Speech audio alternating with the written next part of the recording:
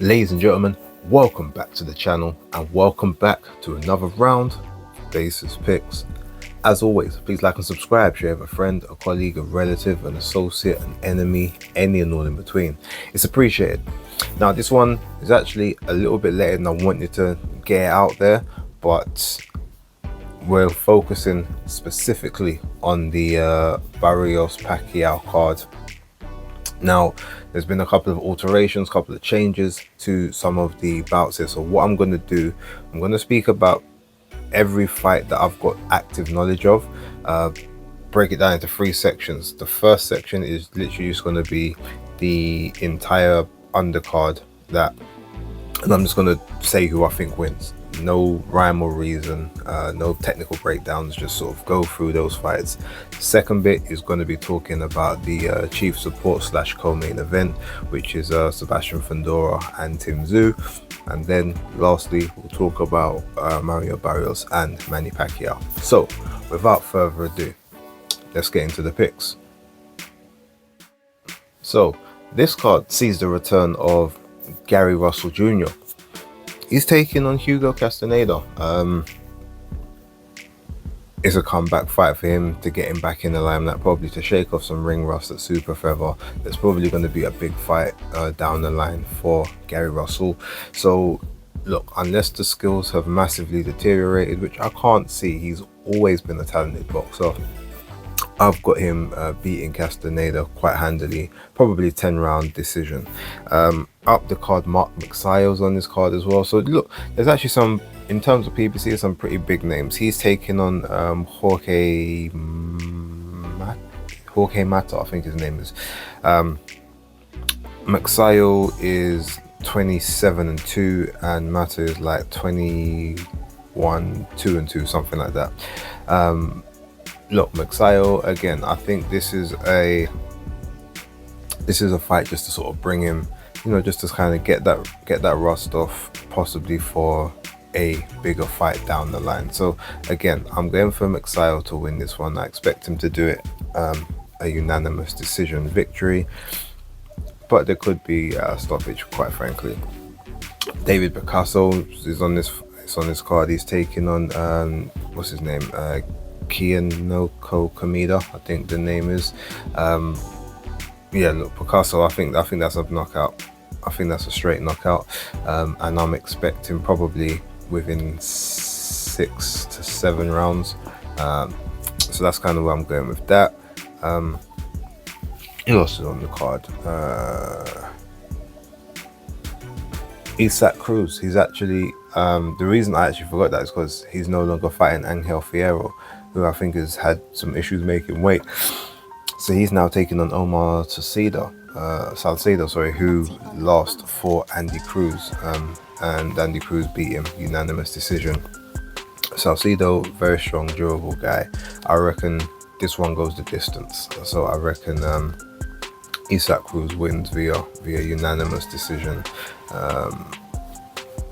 Unless he's really sort of started to regress. I mean, look, could go to maybe split decision, but I'm expecting a unanimous one there. And then lastly on this part is Brandon Figueroa. He's taking on Joet Gonzalez. Now, funnily enough, if you look at Joet Gonzalez's record since 2019, when he faced Shakur Stevenson, he's literally done loss, win, loss, win, loss, win for his entire run since then. I think he's had about 8 fights, or 8 fights coming since that period of time, or he's coming up to the 9th one now, I believe. Well, what do you think his last fight was? It was a win. So you know that he's basically due a loss based on his recent trajectory and form. Now look, Brandon Figueroa, he's not a great boxer at all, but he does have high work rate, high energy, and I think, again, him being one of the PBC's more bankable names, if you want to call it that, I feel like Joet Gonzalez is here to be a stern test, but nothing more. Now, can an upset happen?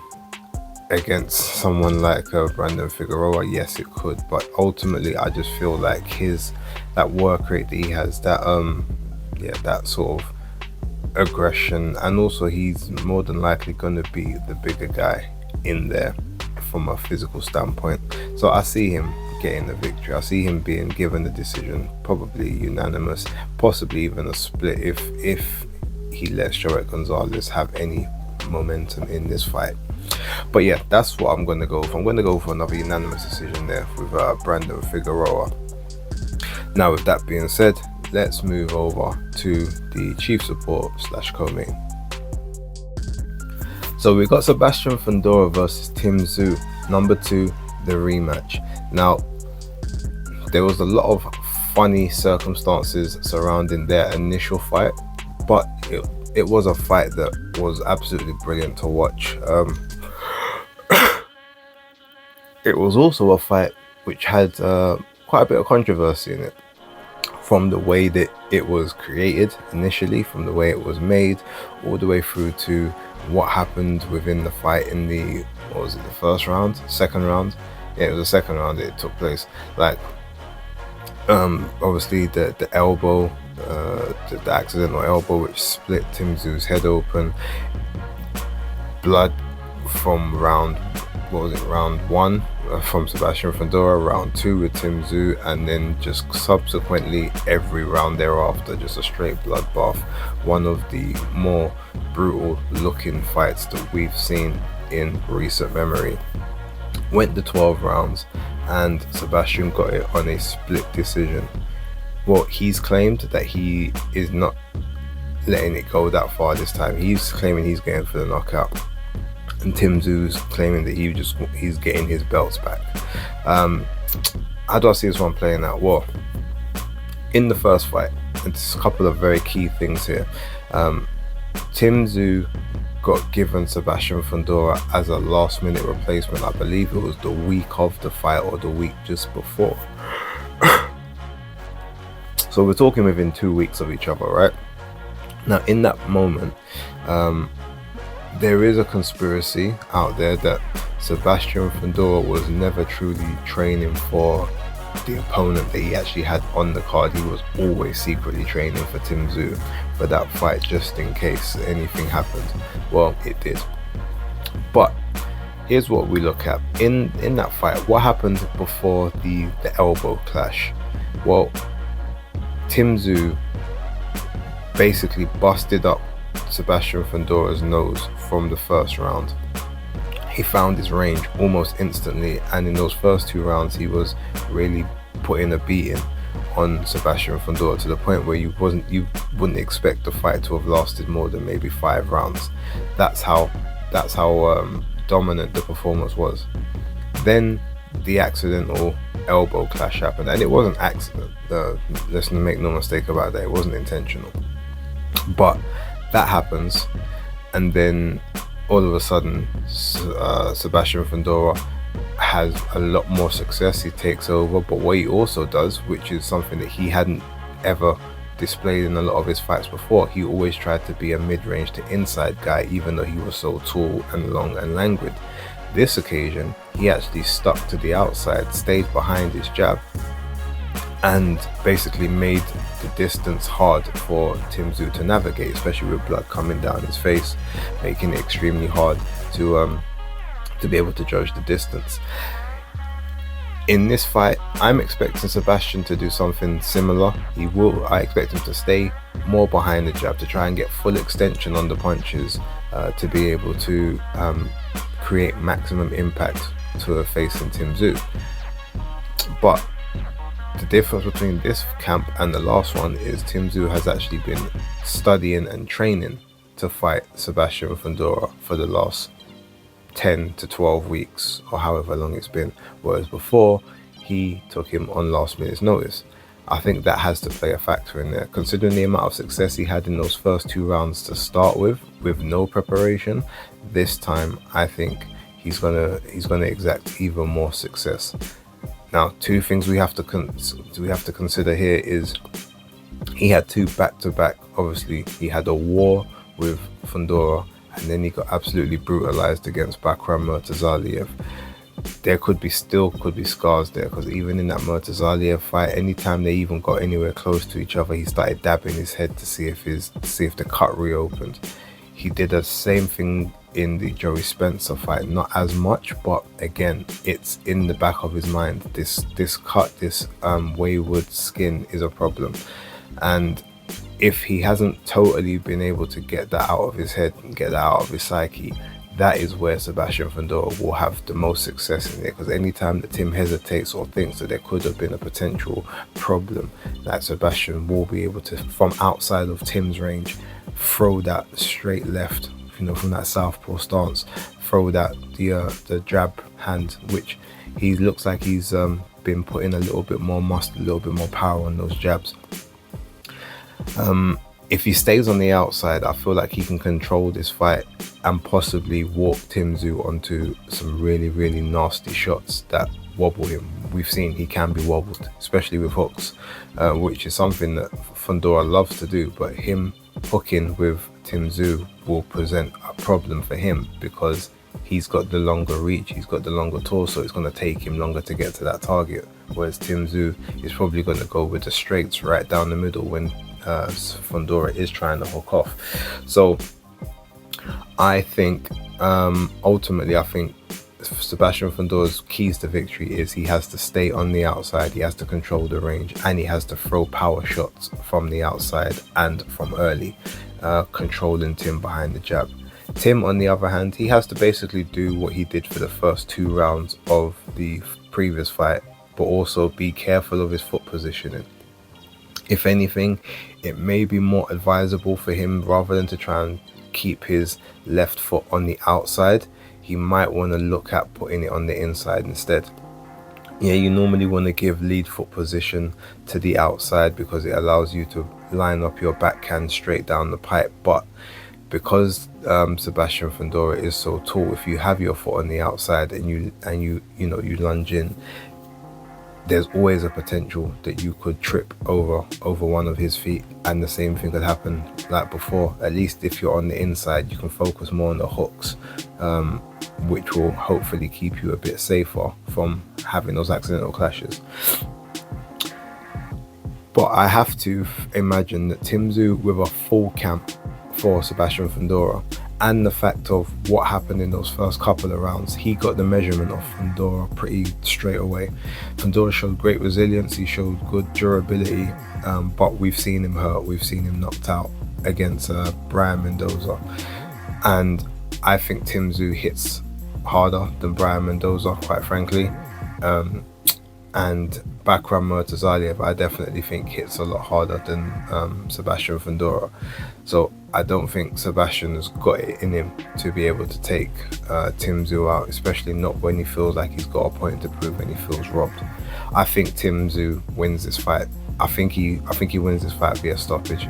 I think he does what he did in the first couple rounds, but he extends it. He stays a bit safer. He doesn't just go for the gusto straight away, but I feel like he does break Fundora down, and I think he stops him late. I think maybe round 9. I think maybe around 9 or 10. So yeah, that's the way I'm going. So, Tszyu to win, rounds 9, 10, stoppage. So now we go to the main event. We've got Mario Barrios versus Manny Pacquiao. A Manny Pacquiao that hasn't had a professional fight in 4 years, and I believe hasn't won a professional fight in 5. That is, I mean, look, the fact that he got the opportunity in the first place is a joke. We know why. Obviously, he is a legend. He has one of the most outstanding resumes in modern history, and arguably of all time. He's probably in that conversation for resume, but he's a 46-year-old man that's been out of the ring for 4 years. He might still have Manny speed, he might have Manny power, he probably does, to be fair. He's rested his body, but ring rust is a real thing, especially for someone with a style like his, and a style that is really reliant on speed. It's going to take a while for him to sort of get himself up to speed in this fight. But he's come back against Mario Barrios. Now he's done that for a reason. He clearly believes that he can win this fight. His team believes that they can win this fight, and the PBC probably really believe he can win this fight and want him to win this fight, because there's a lot more marketability they can trade off against Manny Pacquiao than there is against Mario Barrios. That being said, Mario Barrios, look, he's not a good boxer. He's one of those guys. He's kind of got solid numbers across the board, but he doesn't excel at anything. He's like a kind of a 6 across everything, but he kind of just does everything regularly. I don't want to say does everything well. He does everything sufficiently. That's what we'll say. He's one of those type of guys. No bells and whistles, but he's gonna come in. He's gonna give it his all, and he might even have a couple of shock upsets here and there. The Ugas fight was an upset. Most people expected Ugas to win that fight. He came in and he did quite well. Manny's gonna have the speed advantage, but how much of a speed advantage, I'm not sure. The one thing is though, Manny, obviously, yes, he must have been sparring, he's been training, but he hasn't really been hit properly in almost 4 to 5 years. How is he gonna feel in the 8-ounce gloves? The exhibitions he's had recently weren't of a really good standard either. He was getting dominated. He got dominated by a kickboxer in his last exhibition, which is, if you're a boxer, that should not be happening to you. So there's kind of a lot here, but even at Manny's advanced age, I think he's too good for a Mario Barrios in terms of what he knows, his experience levels. Like I think he had his professional debut a month or so before Mario Barrios was even born, or a couple of months after, which kind of shows you that just how long he's been in the game. Big servant. But I think Mario Barrios, with the size difference, the fact he's been a little bit more active, not hugely, PBC guys are notoriously inactive, but he's been a bit more active than Manny. I think Manny's gonna have the experience to be able to show Mario a few different looks in that ring, but I don't know if he's gonna have the full gas tank to sustain it. I think Barrios is he's ultimately gonna chip away. He's gonna work away round after round. He'll probably lose a couple, especially in the first half. He'll definitely lose a couple when Manny's at his freshest, but I feel like he'll go, and then each round he just gets more success until we're towards the end of the fight, and Manny is basically having to use his experience and his durability to just, I don't want to say survive, but to not get taken out. I don't think Manny's gonna basically want to ultimately go out on his shield and commit to something that could backfire and get himself hurt. I think once he starts to feel that the tide and the momentum is going the way of Barrios, he's gonna kind of just accept that and just navigate the rest of the fight safely, hoping that he's maybe did enough to nick a points decision. But I think that Barrios, like I said, he's gonna start slow. He's gonna probably have Manny looking like prime Manny for the first 2-3 rounds, but then he's gonna start to take over, have some success, win rounds, and Manny's gonna try and coast to the 12th. And my official prediction is that Barrios will nick a decision. It'll probably be a split, just to make it a bit more palatable to Manny Pacquiao and obviously his fans. But I do think that Barrios will win the fight, which is a shame, because if Manny won the belt, I mean, look, we all love chaos at times, but there would be a next level of chaos if Manny Pacquiao got that belt at 46, and then you had the potential Floyd Mayweather rematch 46-48 for a WBC welterweight championship. That would be quite funny. But yeah, I don't think it's going to happen. I think Mario Barrios will continue. He's going to be respectful enough that he's probably not going to try to take Manny's head off if he sees that he's got him hurt. But I also don't think he wants to be like known as a chump who got beat by the 46-year-old as well. So I do think he is gonna do just enough to sort of get it on points, but it will be close, probably a lot closer than it should be for someone that's supposed to be in their prime. But yeah, I'm going to go for Mario Barrios to win via split decision. Anyway, look, let me know what you guys think. Please leave your comments down below. Don't forget to like, subscribe and share. Apologies, this one did come out a little bit later than I wanted, but yeah, we've got it before the event. I don't know if I'll be doing a watch along for Barrios and Pacquiao, or even Bam and Cafu, but if I do, you'll see the video pop up. But with that being said, thank you very much for watching. Don't forget to like, subscribe. But for right now, it's Basis Picks. Good luck.